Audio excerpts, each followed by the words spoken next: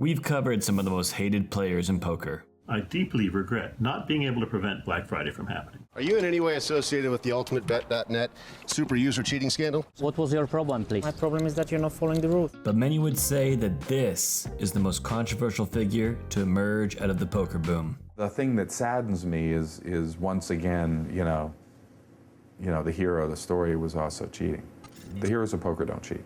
Howard Lederer, or the Professor as he was coined, was once on top of the world. So how did he end up at rock bottom? Before we take a deep dive into this rise and fall, make sure to subscribe to Poker Boom. We release new videos every week and appreciate you being here. Make sure you hit the bell so you can be notified whenever we release a new episode. In the high-stakes world of professional poker, there are few names as iconic and controversial as Howard Lederer. For decades, he stood at the pinnacle of the poker hierarchy, hailed as one of the game's brightest stars. But like many stories in the realm of gambling and fame, Lederer's narrative is a complex one, marked by dizzying highs and devastating lows.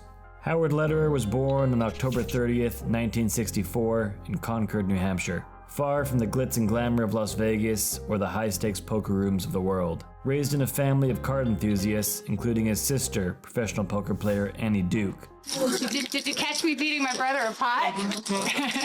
Lederer's early exposure to games like chess and backgammon laid the foundation for his later success in poker. It was actually through chess that he would discover poker. During his college years at Columbia University, he would frequent local chess clubs to hone his game. One of these clubs featured a back room dedicated to poker, and Lederer quickly became enamored with the strategic complexities of the game. His innate talent for mathematics and psychology made him a formidable opponent. Lederer's journey from a college student learning the ropes to becoming a poker icon was nothing short of remarkable. He honed his skills in underground New York City poker clubs, often playing against seasoned pros twice his age. His unassuming demeanor and mathematical genius earned him the nickname the Professor. I certainly felt that at some point in my poker career I'd get to the final table, but certainly in my first effort, this is the first time I've entered the big tournament.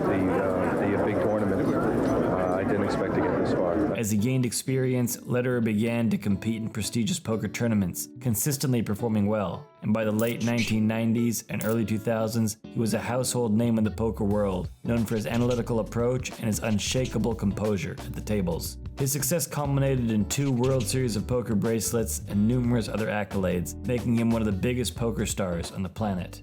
I am trying as hard as I can try. I am thinking as hard as I can think at the table. You may not see that, but it's there. Starting in 2002, he embarked on a remarkable journey of wins, including the 2002 World Poker Finals and the 2003 Party Poker Million. This thing is over! Howard Lederer turns up 2 pair and wins this pot. He has become a 2-time World Poker Tour champion, Vince. But Lederer's most significant single cash windfall occurred in 2008, an unforgettable year when he emerged victorious in the fiercely competitive $100,000 Aussie Millions Poker Championship. This monumental victory yielded him a colossal prize of nearly $1.1 million, cementing his status as a poker luminary on both the domestic and international stages. However, Lederer's seemingly unstoppable rise came to a dramatic halt in the wake of the Full Tilt poker scandal. Hard to let this go, but when you're beat, you're beat. One of the darkest chapters in the history of online poker. Full Tilt Poker, co-founded by Lederer, Chris Ferguson, and others, was once one of the largest online poker platforms globally. However, the zenith of Full Tilt's success gave way to a sudden and profound end on April 15, 2011, a fateful day infamously tagged as Black Friday. On April 15th, I was playing poker like any other day, and all of a sudden we just couldn't play anymore. Money was frozen. The U.S. Department of Justice, in a sweeping move, barred access to several major online poker sites catering to American players, Full Tilt and PokerStars among them. It was like the end of the world in poker. Everything stopped right there. It was over. PokerStars, demonstrating remarkable resilience, swiftly rebounded, returning to business as usual for players worldwide. But in stark contrast, Full Tilt unraveled as investigations unveiled a disconcerting truth. They've also, by the way, added 2 big PokerStars names, Chris Ferguson and Howard Lederer, to the civil case here, but it's unbelievable. Howard Lederer, alongside his associates, was alleged to have orchestrated a global-scale Ponzi scheme, utilizing player deposits to serve as shareholders and cover mounting expenses. The poker community's collective gaze turned towards Lederer, once one of their own, who they felt had betrayed their trust. Well, it's people like Howard Lederer and Ray Batar who's being named, the arrogant idiots who totally screwed the players here and deserve all the venom they're getting, plus about 1,000 times worse. In 2012, Rational Group, the parent company of PokerStars, reached an agreement to acquire Full Tilt as part of its settlement with the Department of Justice. This agreement also guaranteed that all players' balances were made whole. PokerStars agreed to give up $547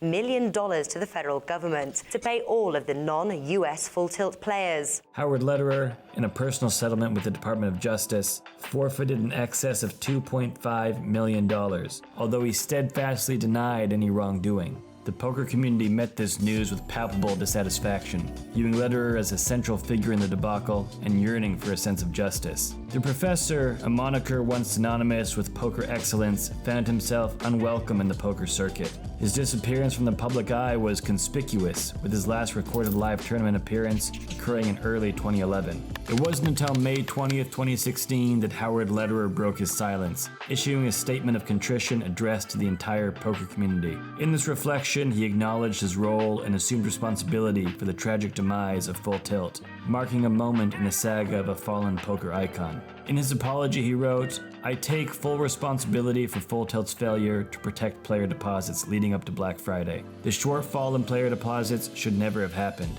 I should have provided better oversight or made sure that responsible others provided that oversight." Many poker players have seen this apology and do not believe there's authenticity behind it. We covered the scandal in detail in our other video surrounding Chris Ferguson. Make sure to check out that video. The link is in the description. As of 2022, Howard Lederer's total live tournament winnings exceeded $6.5 million, with his last cash being in January 2011. His 44 cashes at the WSOP account for $1.5 million of those winnings. This story of Howard Lederer is a compelling narrative of triumph and of tragedy, filled with valuable lessons. First, it underscores the importance of accountability and ethics in the world of poker. No matter how successful one becomes, integrity and transparency should never be compromised. Lederer's fall serves as a stark reminder that even the most respected figures can face devastating consequences when trust is betrayed. You need to protect your reputation, and you need to make sure that people at least still respect your game. His journey also highlights the need for responsible gambling and financial management. The allure of success in poker can be intoxicating, but it should never overshadow responsible bankroll management and ethical decision-making.